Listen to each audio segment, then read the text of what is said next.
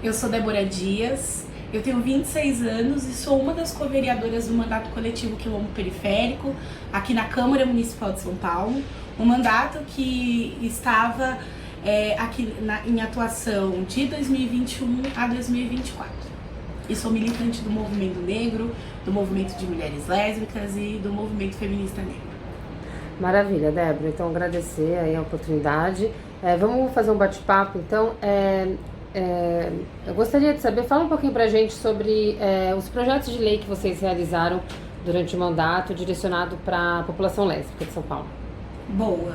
Assim, eu acho que primeiro dizer que o mandato, desde quando a gente construiu a concepção do que ele seria, eu acho que tinha uma das questões que pra gente eram fundamentais, assim, construir projetos de lei que sejam diretamente organizados com aquela população que é interessada naquele projeto de lei.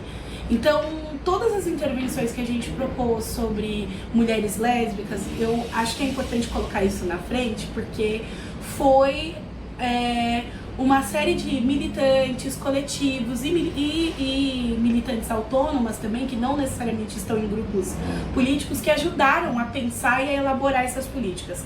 Elas reivindicaram, elas ajudaram a elaborar, e agora a gente vai para esse próximo passo, que são os processos de execução desse projeto de lei, né? Que ele tramite aqui pela casa e que ele possa ser desenvolvido da maneira com que ele precisa desenvolver. Então eu queria reforçar assim, que esse é um modo de fazer quilombo. Em outras pautas a gente também sempre fez esse trabalho com os movimentos na propositura dos projetos de lei, mas isso foi muito forte com as mulheres lésbicas. Isso foi muito, muito, muito, muito forte.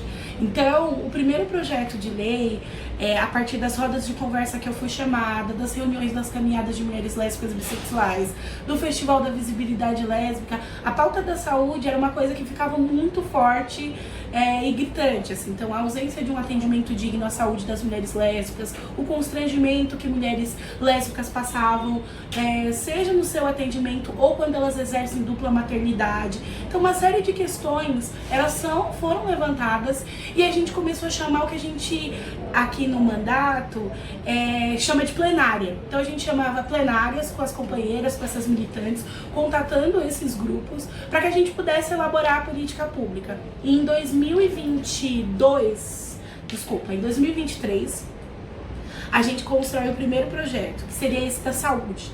Então é um programa de enfrentamento à lesbofobia na saúde, visando esse processo de educação continuada dos profissionais de saúde, visando que as mulheres lésbicas sejam atendidas de maneira digna, e com instrumentárias que também são de um atendimento específico para mulheres lésbicas. Então a gente começou a fazer esse processo com as companheiras, com as militantes, com a equipe técnica aqui do gabinete. Então esse é o primeiro projeto que a gente propõe, e a gente propõe esse projeto também num contexto muito importante, que não dá para assim, além dos projetos de lei, tem o que a gente chama de ocupa sapatão na política. Então a gente lança o projeto de lei, a gente e faz uma entrega simbólica, um protocolo simbólico do projeto de lei nesse momento de intervenção, que eu posso falar um pouco mais. O segundo projeto que a gente começa a desenhar é um projeto de enfrentamento ao lesbocídio. Então, eu não preciso dizer não, acho que às vezes o óbvio precisa ser dito, assim, a gente tem sido bombardeadas nesses últimos anos de notícias que são assustadoras sobre a morte cruel de mulheres lésbicas, assim. E o município, apesar de ser um mandato municipal e apesar de São Paulo ser uma das cidades desse Brasil inteiro, é importante que a gente possa pensar em políticas específicas para enfrentamento de determinadas questões específicas, Acho que é muito importante que ao longo do caminho do mandato, muitas pessoas também, apesar de a gente fazer outras intervenções com a população LGBT, muitas pessoas falavam para mim assim, mas você só fala das mulheres lésbicas? E aí eu sempre gostava de repetir que, olha, quanto mais específica é uma política pública, mais chance ela tem de atender aquela população. Então, como a população LGBT, além de sermos muito diferentes, com necessidades específicas, com questões específicas, por isso que eu sempre gosto de dizer, por que o Transcidadania, mesmo com todos os desafios, funciona? funciona porque é uma política específica.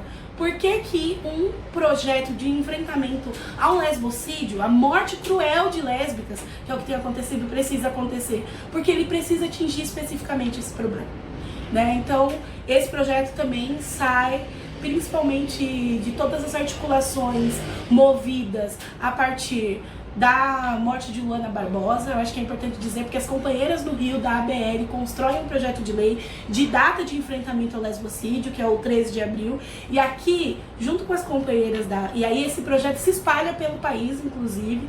Só que aqui no mandato, como a gente estava também nessa experiência de conseguir construir programa, além de propor a data do dia 13 de abril, que é o dia da morte de Luana Barbosa, né, a ideia é que esse projeto consiga criar parâmetros de enfrentamento, né? Então, muito baseado, por exemplo, na Lei Maria da Penha, e como ela funciona de maneira municipalizada, a gente pensou em coisas que são parecidas, só que no enfrentamento ao lesbocídio.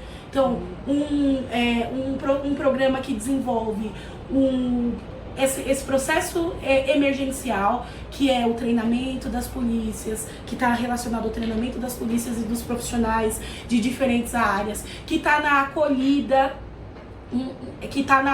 daquela mulher quando ela vai relatar que ela vivenciou uma situação de lesbofobia que pode causar um lesbocídio. Então a gente construiu um programa muito bonito em diferentes etapas que faz com que a gente consiga criar um ciclo de proteção em volta das mulheres lésbicas. De novo, uma intervenção pensada junto do movimento. Acho que é importante dizer que, falando de registro histórico, a gente agora está fazendo um ano da morte da Carol, né, que também foi um dos casos brutais que fez surgir um levante contra o lesbocídio no país inteiro, né, com militantes autônomas, com coletivos, com organizações históricas do movimento lésbico juntas para fazer ecoar, né, o assassinato de Carol e trazer também à luz a outras mortes de mulheres lésbicas, né, e isso se manifestou de uma maneira muito forte, assim. Então acho que é importante dizer que esse projeto de lei também é uma resposta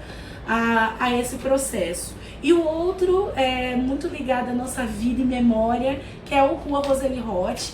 Então, onde é o espaço que a rua que hoje foi o espaço do Ferros Bar passaria a se chamar Rua Roseli Roth, em feminagem à Roseli, ao legado e ao histórico da luta das mulheres lésbicas. Aqui em São Paulo, por exemplo, não existe nenhum espaço que tenha ali escrito que é de memória lésbica da cidade, né? A gente tem a Jornada do Patrimônio aqui na cidade, que é uma política municipal de preservação do patrimônio, que está na Secretaria de Cultura, e não existe nenhum lugar que fortaleça ou que deixe explícito que ali foi um lugar de contribuição e de luta histórica de lésbicas. Então, a Rua Roseli Roth tem essa força e esse processo, e aí a rua vem das articulações também com o movimento de mulheres lésbicas que estão pensando memória, que estão articulando memória na cidade, né, que apesar dos apagamentos, inclusive da falta de condições para poder fazer a preservação desse patrimônio,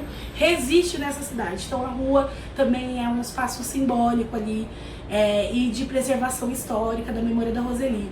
Acho uma coisa importante, Dani, que a gente estava falando um pouco antes dos bastidores, que é como que a gente chega, o que a gente olha para o cenário quando a gente chega. Acho que é importante dizer, não existia nenhuma política de mulheres lésbicas, assim, voltada para as mulheres lésbicas na cidade.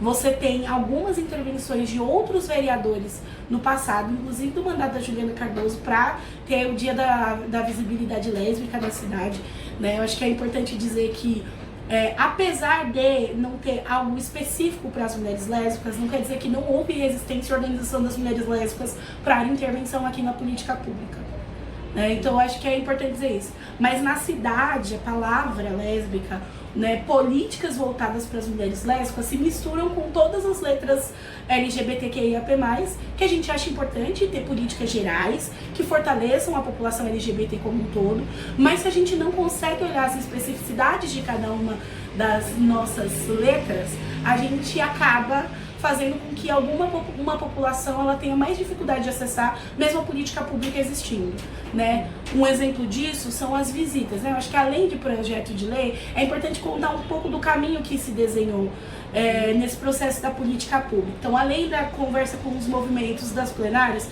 acho que a gente também fez muitas intervenções no executivo.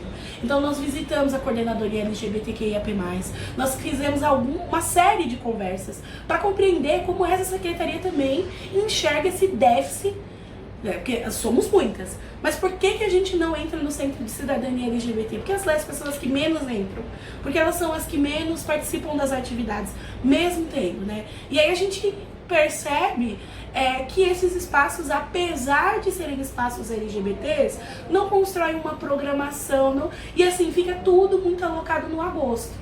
Então, o agosto da visibilidade, que é importante, que é um momento que a gente precisa falar sobre, né, dar realmente visibilidade à vida das mulheres lésbicas e o que a gente precisa caminhar para que essa vida seja vivida com dignidade, mas não é só. Então, a gente também se tromba com esse desafio, né, dentro do próprio executivo, que é o fato delas conseguirem, das mulheres lésbicas estarem apagadas mesmo em políticas públicas que são de mulheres, de pessoas LGBTs. Então esse é um grande desafio mesmo. Então a gente vai no executivo e manda intervenção, e manda ofício, e quer saber desses números, quantas pessoas são atendidas. A gente fez uma série desses processos também para chegar um pouco nessas políticas, né? Porque também é importante que esteja em sintonia ali com o executivo. Então, para além do trabalho legislativo e desse diálogo, porque eu também nem acho que é uma grande coisa, tá, Dani? Vou ser muito sincera pra você, eu digo que não é uma grande coisa, porque eu acho que é o mínimo que um parlamentar ele precisa fazer, é construir as coisas de maneira honesta com o público objetivo daquela política pública. Então eu falo que é um método quilombo de fazer, mas é um método que é o que a gente acredita não como, nossa, que grande diferencial, mas como algo que a gente precisava fazer. E foi assim que a gente construiu as políticas aqui no Quilombo. E aí, mas também teve um trabalho muito sério de enfrentamento ao executivo municipal. A gente não consegue, assim, dos desafios a gente não conseguir falar da palavra gênero. Você tem um projeto de lei que tem a palavra gênero na Câmara e não tem como escrever sobre mulher lésbica e não ter a palavra gênero. E aí eu vou contar uma outra curiosidade muito importante sobre desse cenário, além de não ter esse político específico e tudo mais, uma palavra de afirmação muito importante para a comunidade lésbica, que algumas amam e outras odeiam, mas a maioria tem usado como palavra de afirmação, é a palavra sapatão. O nosso projeto de lei do enfrentamento ao lesbocídio tem a palavra sapatão, amiga. Então é o primeiro projeto. Aí isso é na história da casa, é o primeiro projeto que tem a palavra sapatão. Você encontra, inclusive, nos documentos das portarias da secretaria, tipo, um nome de um bloco, porque às vezes os blocos têm esse nome e tudo mais, mas é a primeira vez que no legislativo a palavra sapatão tá dentro de um projeto de lei. E pra gente isso é uma coisa importante, que a gente, inclusive, deixa eles loucos, né? Eles não querem... E aí, qual é um outro enfrentamento, né? Enfrentar o conservadorismo aqui dentro da casa. Porque...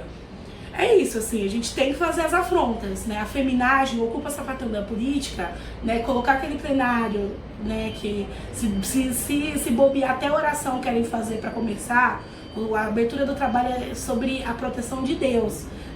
Isso está no protocolo, né? Sobre a proteção de Deus, né? E não que o sagrado não esteja com nós, mas sempre isso foi utilizado para nos afrontar, para dizer, né? Então, ocupar aquele plenário com muitas mulheres lésbicas, com vários coletivos que têm trabalhos muito importantes, muito significativos, militantes autônomas, isso pra gente assim foi muito histórico. Então a gente foi fazendo as nossas pequenas, grandes afrontas, assim.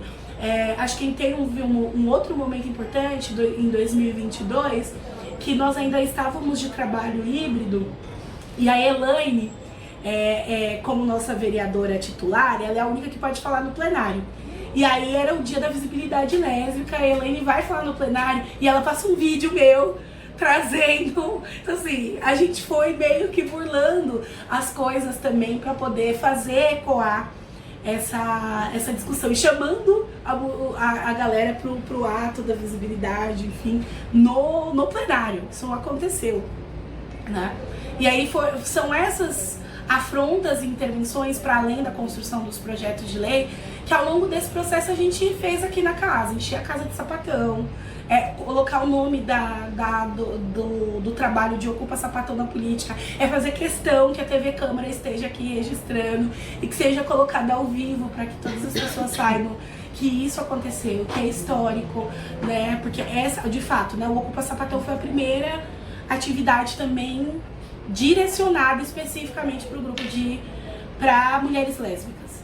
Então acho que tem esses orgulhos assim da gente, além dos projetos de lei, as intervenções e as batalhas que a gente travou com o Executivo Municipal que nos odeia.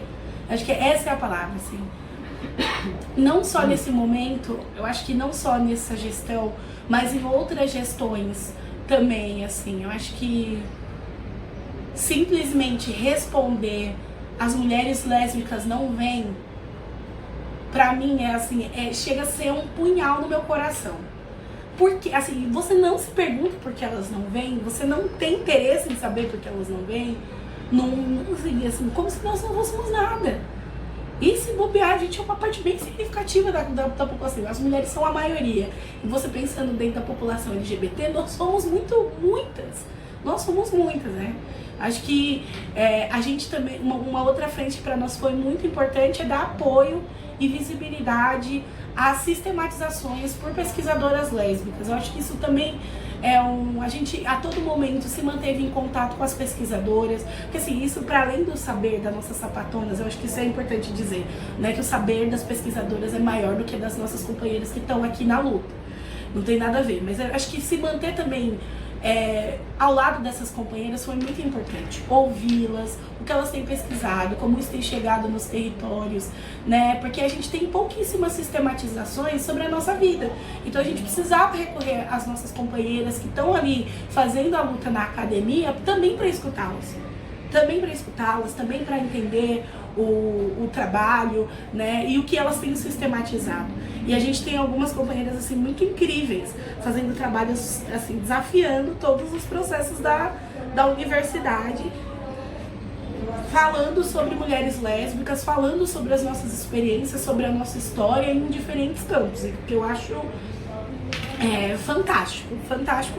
Então eu acho que a gente também se manteve perto das pesquisadoras, escutando as pesquisadoras, o que elas têm feito, apoiado também essa iniciativa que a gente considera muito importante, que é o Lesbocenso, que foi uma iniciativa importante, com todos os seus desafios, mas também assim, ter a ousadia de sistematizar dados, sabe, de verdade, para que a gente possa entender. Eu acho que tem mais de 10 mil respostas. Assim, são 10 mil sapatonas que se enxergaram naquele lugar e puderam responder. Inclusive eu respondi também. Mas foi muito importante também, assim, essas iniciativas nós consideramos bastante importantes. E também no processo de distribuição de emenda desse mandato, porque a gente já sabe que não dá para fazer nada só com abraço, felicidade, mas com recurso, assim, né? Então, nós apoiamos durante esses 4 anos todas as caminhadas de mulheres lésbicas e bissexuais que aconteceu aqui em São Paulo, apoiamos financeiramente, nós apoiamos com emenda de estrutura as atividades desenvolvidas por diferentes coletividades de mulheres lésbicas. Então a gente também direcionou recurso, que eu acho que isso também é uma coisa muito importante, né? A galera adora dizer assim, eu acho tudo o trabalho de vocês, assim, muito incrível, mas precisa de recurso, precisa de estrutura.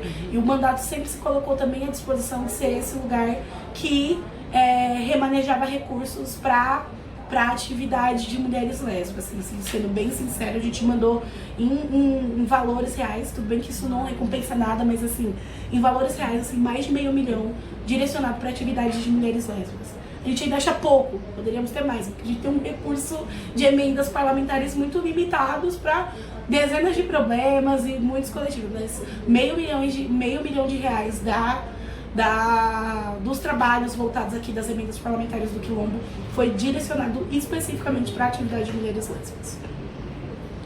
Então, que ótimo, Débora. Então eu vou fazer algumas perguntas em relação ao que você falou, vou voltar lá no início, né? Então, vocês propuseram 3 projetos de lei, algum deles já, os 3 estão tramitando ainda, sim, né? Sim, eles estão por comissões agora, eles tiveram um relator, isso eu estava acompanhando, acho que, se eu não me engano, faz umas 2 semanas, eles já foram designados para relator, só que agora a Câmara vai entrar de recesso. Então os processos que ficaram os projetos de lei que ficam de uma legislatura para outra, porque o ano que vem começa uma nova legislatura. Os vereadores que não são reeleitos, como no caso do Quilombo Periférico, se o projeto ainda está tramitando, o projeto segue tramitando em processos de votação, mesmo sem um mandato. Mas é importante que a gente continue articulando as bases de mulheres lésbicas para cobrar quem está aqui dentro de fazer o projeto tramitar. Isso vai ser bem importante, porque depois de um tempo o projeto pode ser arquivado. Se o parlamentar não está mais na casa, o projeto pode ser arquivado. Então, neste momento, o que nós temos o projeto, eles já foram designados para suas devidas relatorias nas comissões que cabem. Então, comissão de saúde, projeto de saúde está lá na comissão de saúde. O projeto da rua Roseli Roth está na comissão, acho que ainda vai passar pela CCJ. Então, tem ali as comissões que o projeto passa e que foram designados seus relatores. Tem chance de continuar tramitando no ano que vem, mas a gente vai precisar dessa intervenção dos movimentos para seguir acompanhando o projeto de lei aqui na casa. Certo. E qual que é a diferença os parlamentares que propuseram o projeto estarem aqui no momento da votação e da tramitação? Totalmente, porque dentro do processo dos acordos internos da casa, você é parlamentar que, na verdade, coloca quais são as prioridades do projeto de lei que precisa passar aqui. Então, quando o parlamentar é outra coisa, além de você defender o seu projeto de lei com um grupo político que elaborou ele, tem esse peso do parlamentar estar aqui na legislatura. O ano que vem a gente vai ter esse desafio que outros parlamentares possam pedir coautorias e seguir com os projetos na Câmara. Certo. E na sua visão, você consegue elaborar, você tem alguma hipótese sobre o futuro desses projetos, de acordo com os parlamentares eleitos para o ano que vem? Olha, eu sempre tenho muita esperança, Dani, na força popular. Assim, a gente tem alguns, por exemplo, como o projeto de lei do enfrentamento ao lesbocídio é um projeto estruturante, eu sei que ele dá mais trabalho. Quando eu digo dá mais trabalho, ele precisa de mais tempo para ser analisado, fora todo o conservadorismo, né? A palavra lésbica, sapatão, gênero, elas são quase que execradas desse espaço. Mas a gente precisa fazer esse enfrentamento. E eu acho que os nossos projetos de lei conseguem fazer um pouco dessas provocações. O cenário que eu observo, que eu acredito que talvez possa acontecer para o próximo ano, é que a gente tem uma bancada muito, muito forte, muito bonita, que foi eleita agora pela esquerda, mas do outro lado a gente também elegeu figuras que são devastadoras. Então, assim, se eu tivesse para olhar agora um caminho, para mim o único caminho é a mobilização e a força das mulheres lésbicas. E eu pude provar desse processo nesses últimos 4 anos, e é uma força, sim, que eu fico, assim, extremamente impressionada. Realmente é um levante, realmente observar a quantidade de atividades, de construções políticas, de elaborações de pesquisa que as mulheres lésbicas têm organizado, assim, pra mim me dá uma esperança, assim, de renascimento. Então eu acho que, assim, a fúria lésbica, como eu gosto de dizer, emana, e eu acho que é só dela que a gente vai ter a possibilidade de resposta. E digo isso, Dani, mesmo o mandato sendo reeleito, sem essa força aqui fora, sem a gente pressionando, assim, é quase impossível você conseguir tramitar as coisas. Então, assim, a força popular é a força que a gente precisa para que isso aconteça. Tendo um mandato, a gente consegue defender. Não tendo, a gente, enquanto militante que sou, a gente vai seguir defendendo e vamos precisar dessa força para conseguir com que essas coisas passem a tramitar aqui na casa. Isso aconteceria também se a gente tivesse um mandato. Mas agora a gente vai precisar ainda mais, né, desse processo. Certo. E fala um pouquinho da experiência de construção com os movimentos sociais que você citou. Como foi essa experiência em relação à construção dos projetos de lei, o contato, o retorno? Desenvolve essa ideia um pouco. Dani, é uma delícia. É uma delícia, assim, é como as coisas precisam ser feitas, assim. E quando eu digo uma delícia, eu estou dizendo de um processo também de, além da troca para a construção e elaboração daquela política pública, tem uma troca importante e significativa dos saberes, E quando eu digo dos saberes, eu falo também de como essa estrutura aqui funciona. Então, assim, nas experiências que nós tivemos com o movimento social, sempre foi num papel de mostrar, olha, é assim, também ser pedagógico, né? E além daquilo, de todas as demandas, as denúncias, né, as opiniões, as elaborações que essas companheiras trouxeram, uma tarefa que a gente também colocou como mandato é apresentar para as companheiras o que é possível e o que não é possível dentro dessa institucionalidade aqui. Então, até o que a gente brinca, a gente é meio Robin Hood, você decodifica essa informação para que ela chegue em quem precisa chegar. Então, assim, uma pessoa da sociedade civil pode elaborar, por exemplo, um projeto de lei e apresentar para um vereador na casa, né? Como que se escreve um projeto de lei?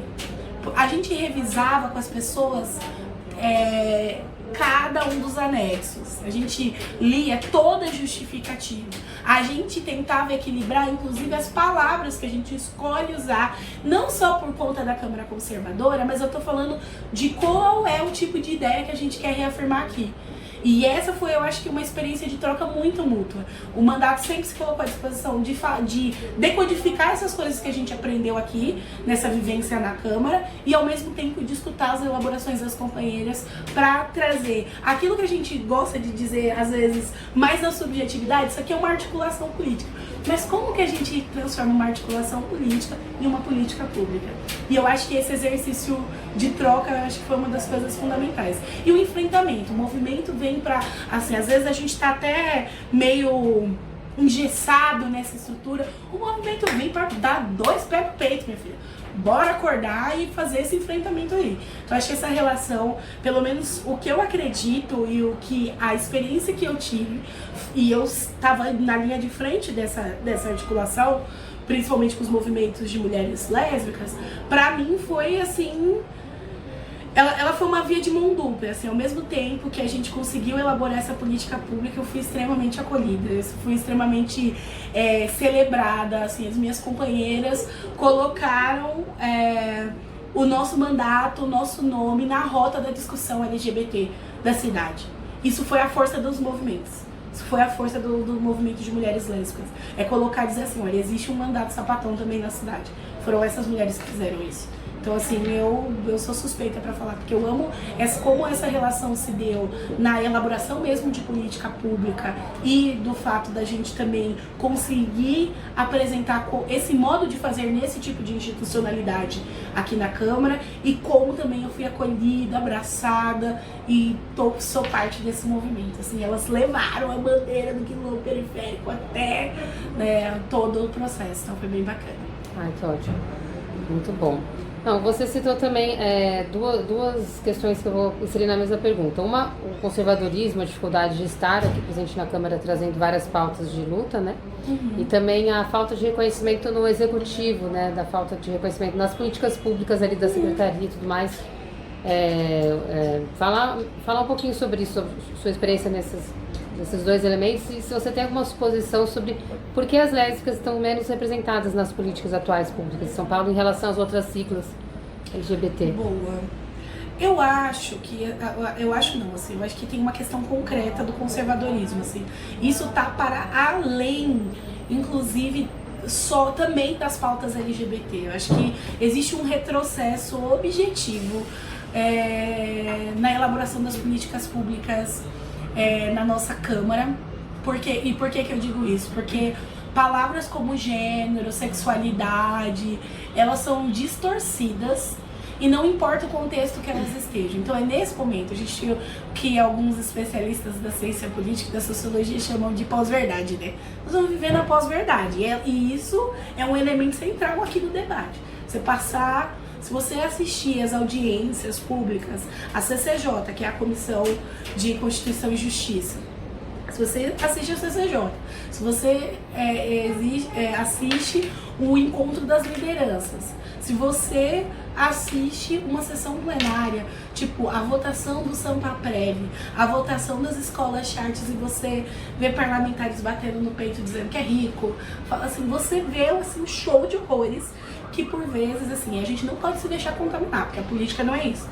Inclusive, fazer esse show de horrores é parte de aumentar os algoritmos deles, é parte de deles brilharem quando eles querem brilhar, né?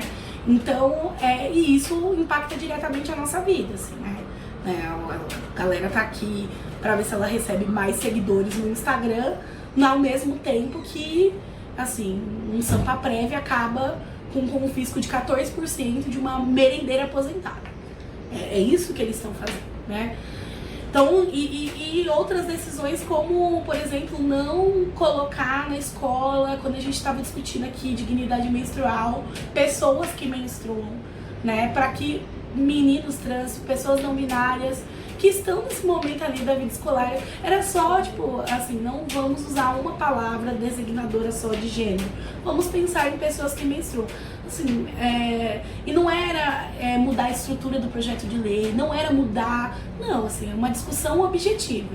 Existem pessoas que não estão só dentro do aspecto mulher que podem menstruar e precisam de absorvente, coisas de higiene básica, sabe? Você tá na dinâmica, pensando numa pessoa que tá lá na dinâmica da escola, a pessoa pede um absorvente pra ela, não vai dar. Mas não, isso virou uma grande questão, porque tem ali, assim, uma vontade dessa performance, principalmente por parte da direita, né, de precisar, assim, ele precisa daqueles 5 minutos dele xingando no plenário, chamando o professor de vagabundo para ganhar 1 milhão de likes dos conservadores da internet, porque é ele que é a base dele, porque base política de movimento não tem, então você precisa continuar aquecendo a sua base. Então, a política pública que é executada na cidade é elaborada por essa gente. Essa gente define votações que podem mudar a vida das pessoas. E elas estão pouco preocupadas com a vida das pessoas. Porque se elas estivessem realmente preocupadas com a vida das pessoas, elas não implicariam com a palavra gênero alimentício num projeto de lei sobre economia solidária.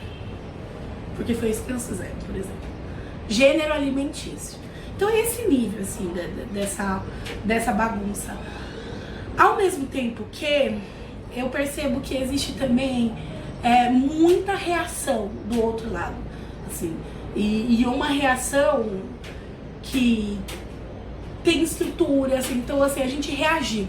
Acho que é importante dizer, tudo poderia ser muito pior se nós não estivéssemos aqui. Tudo seria muito pior se mulheres negras não estivessem aqui na Câmara Municipal. Tudo poderia ser muito pior se pessoas LGBTs não estivessem aqui na Câmara Municipal. Tudo seria muito pior, muito pior. Então a gente estar em espaços como esse garante que as atrocidades não vão ser ainda maiores. Além, obviamente, da nossa preparação e daquilo que a gente constrói como política pública, da onde a gente direciona a emenda e tudo mais. Você sempre pode ser pior. Eles podem piorar sempre toda a nossa vida aqui.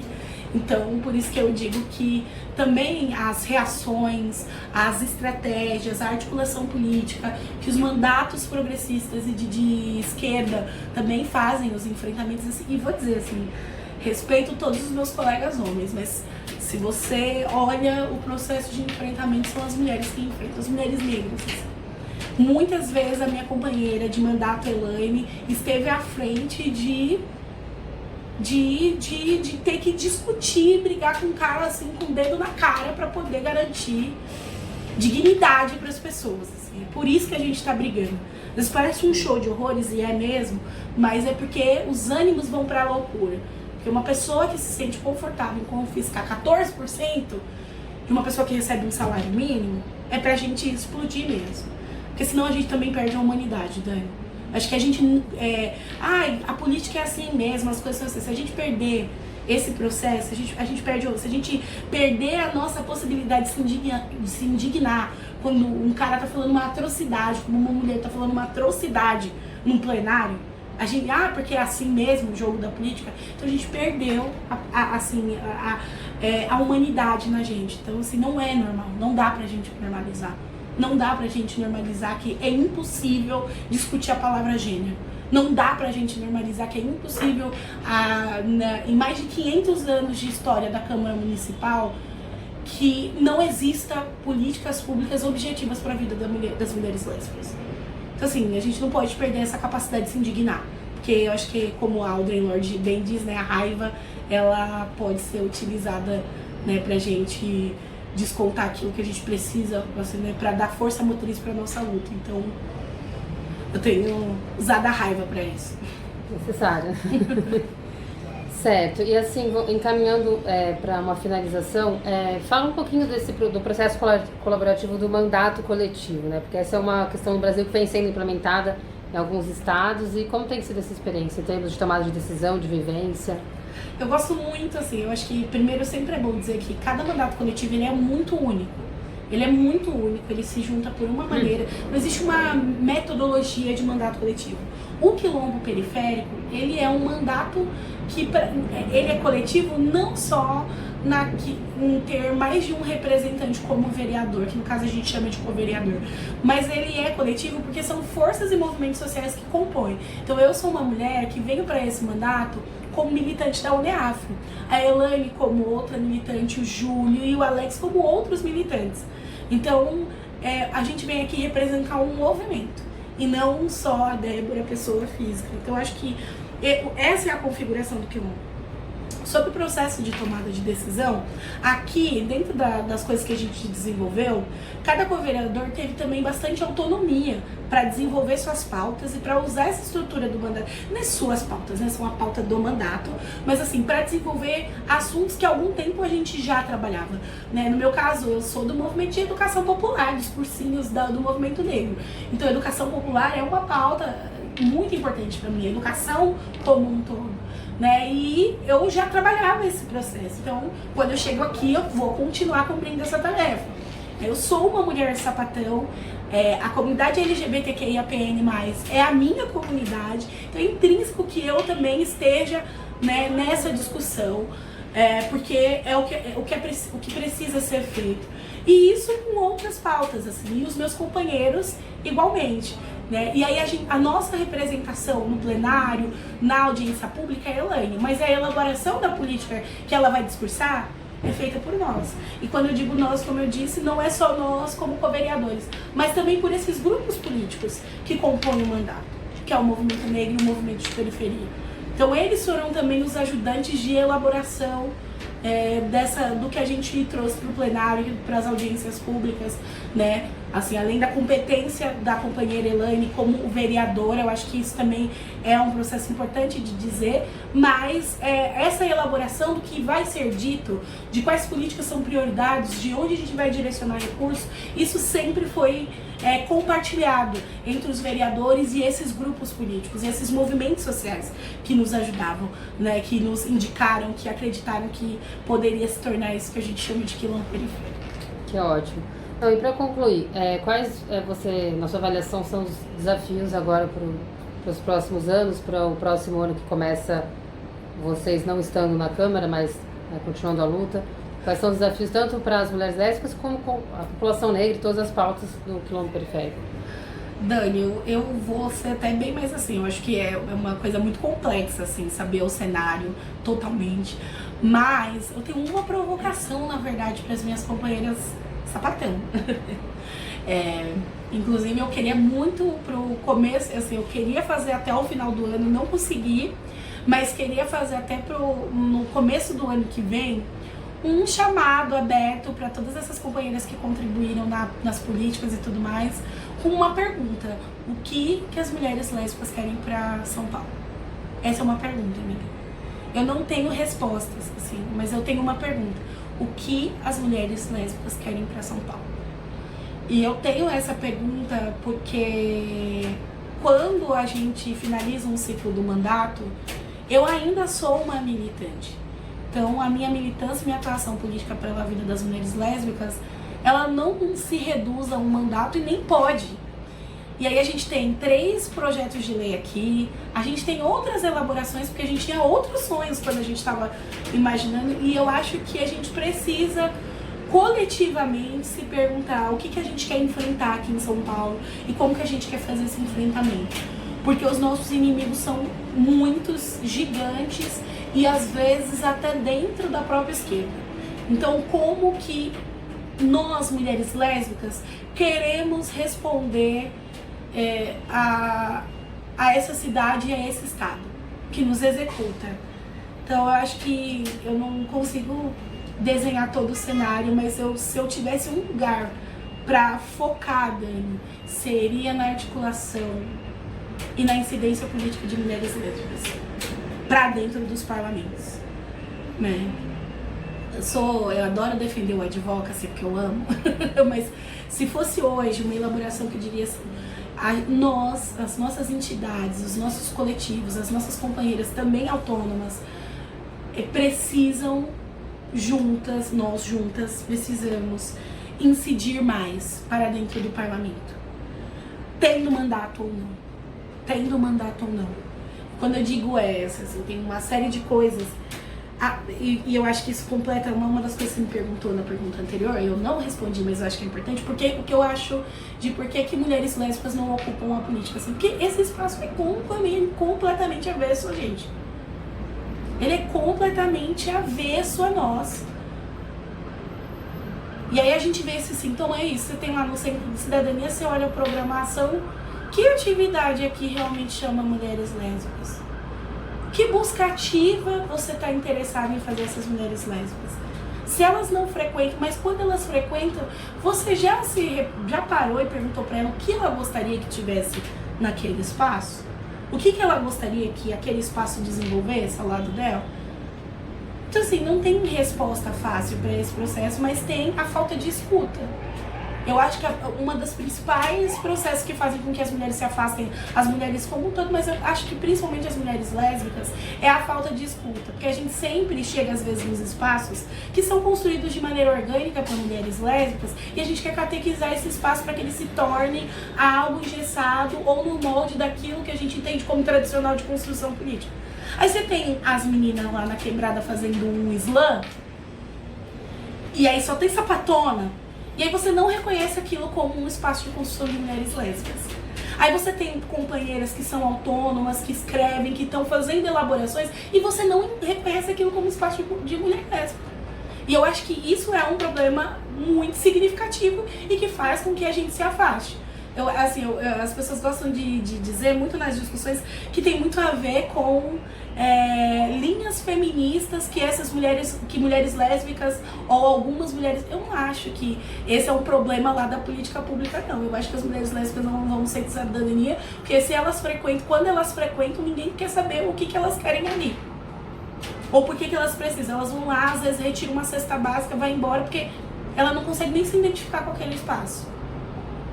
Então, eu acho que, assim, volto a dizer, assim, o problema, eu acho que eu falei muitas coisas, mas queria voltar nesse ponto porque eu acho que é um crime o que a gente faz com as mulheres lésbicas dentro porque, assim, a gente se torna tão insignificante que a nossa ausência não faz aquele serviço parar.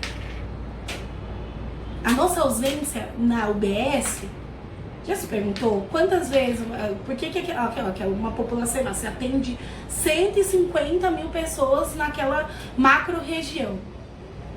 Você não tem identificação de nenhuma que se coloca como lésbica? Então a gente se tornou assim tão insignificante para o Estado que eles não fazem nem questão de saber o porquê que a gente não está naquele serviço. E se a gente procura, eles apagam totalmente a nossa existência, nos enchendo de perguntas constrangedoras que fazem com que a gente não queira voltar. Então falta escuta, falta busca ativa e falta questionamento das políticas públicas do porquê que as mulheres lésbicas não estão lá. E eu acho que isso se esbarra nas construções que a gente tem olhado para o agora e do que a gente precisa fazer para o próximo período. E por isso que eu digo que ao invés de fazer alguma elaboração, Dani, do que eu acho que as mulheres lésbicas precisam fazer no próximo período, eu gostaria de escutar. Então, por isso que eu termino o meu processo pro ano que vem. Tudo que eu quero fazer ao lado das minhas companheiras é esta pergunta: o que as mulheres lésbicas querem para São Paulo? O que as mulheres lésbicas querem pro Brasil? E a partir dessa escuta, sim, seguir elaborando ao lado das minhas companheiras o que precisa ser feito. Certo. Alguma reflexão final? que você queira fazer? Eu acho que é isso, fúria lésbica até o fim, sapatonas precisam estar em todos os lugares, sendo amadas, felizes, com grana, sabe, tendo emprego digno, tendo casa, tendo moradia, se quiser, exercendo maternidade, se não quiser também, né, vivendo uma vida plena e com muita dignidade, só isso que eu desejo pra nós.